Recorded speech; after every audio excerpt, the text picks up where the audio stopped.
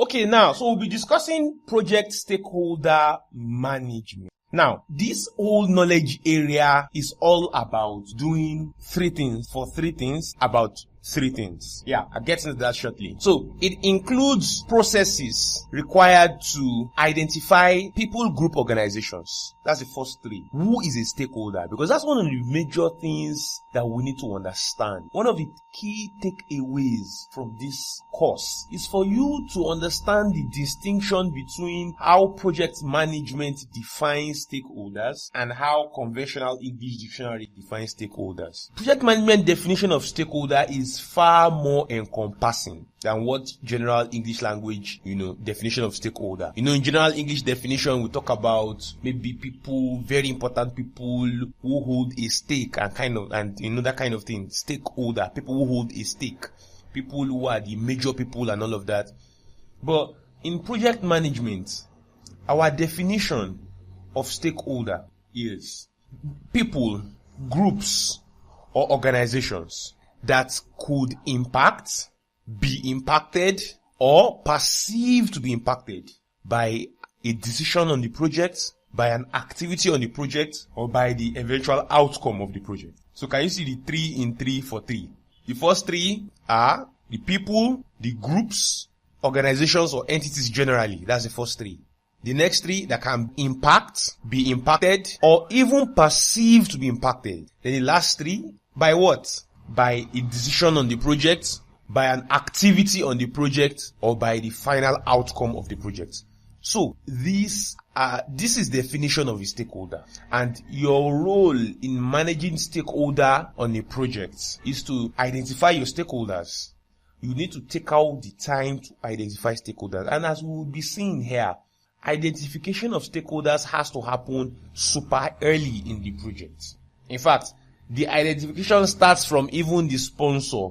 The sponsor puts in some form of stakeholder information in the project charter.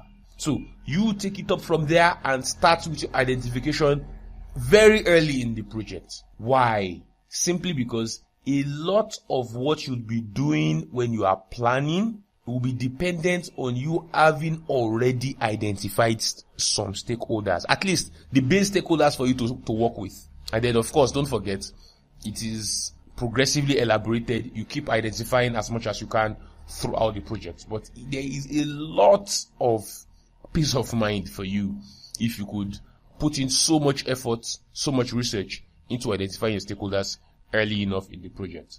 So, stakeholder management is essentially about identification of your stakeholders. And then, the ones you have identified, then you analyze. What do you analyze about them?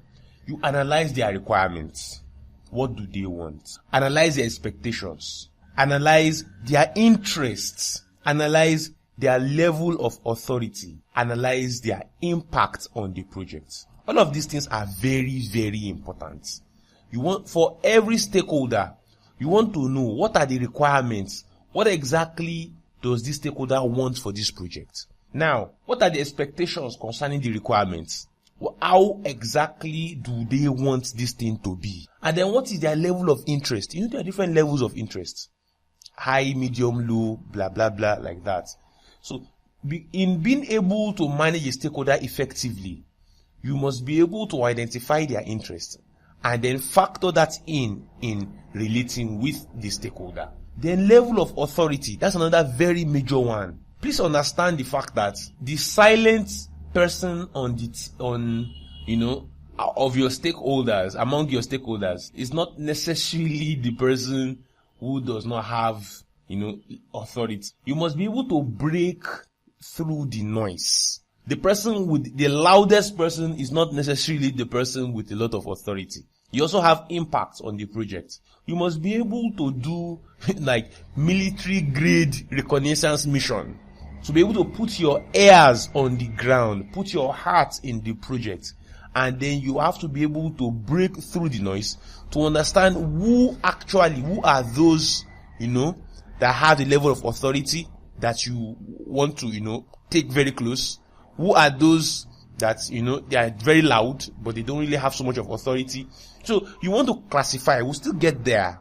So you need to classify your stakeholders and then understand their level of influence and their impact on the project. So you develop strategies for effectively engaging them in project decisions and execution. The whole idea for which we want to manage our stakeholders is because we want to collaborate with them. We want to see them as partners in progress. We want to ensure the right people are being carried along the right way by the right person in the right format.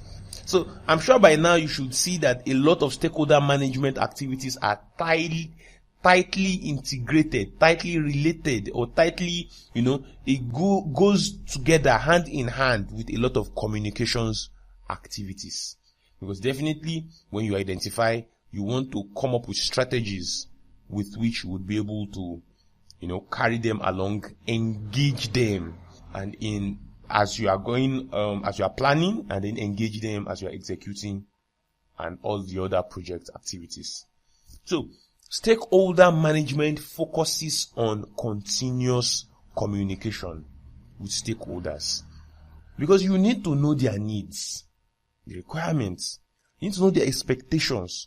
What exactly do they want? How do they want it? All of these things need to be very, very, as much as possible, clearly understood. Because don't forget that at the end of the day, the success of the project is dependent on getting customer satisfaction. At the end of the day, success of the project is getting customer satisfaction. You cannot satisfy a customer that you don't understand its need. So that is why you need to take a lot of time to understand the customer, understand their requirements, understand their need, and then continuously engage them throughout the project to be sure that you are on track towards being able to fulfill the need, and then being able to get success for the project eventually. Part of stakeholder management is managing conflicting interests. You are dealing with humans. They will definitely come with conflicting interests because we all have an agenda. That's the issue. In fact, part of stakeholder management is that you must be able to, manage conflicts. You must be able to manage conflicts because we are humans.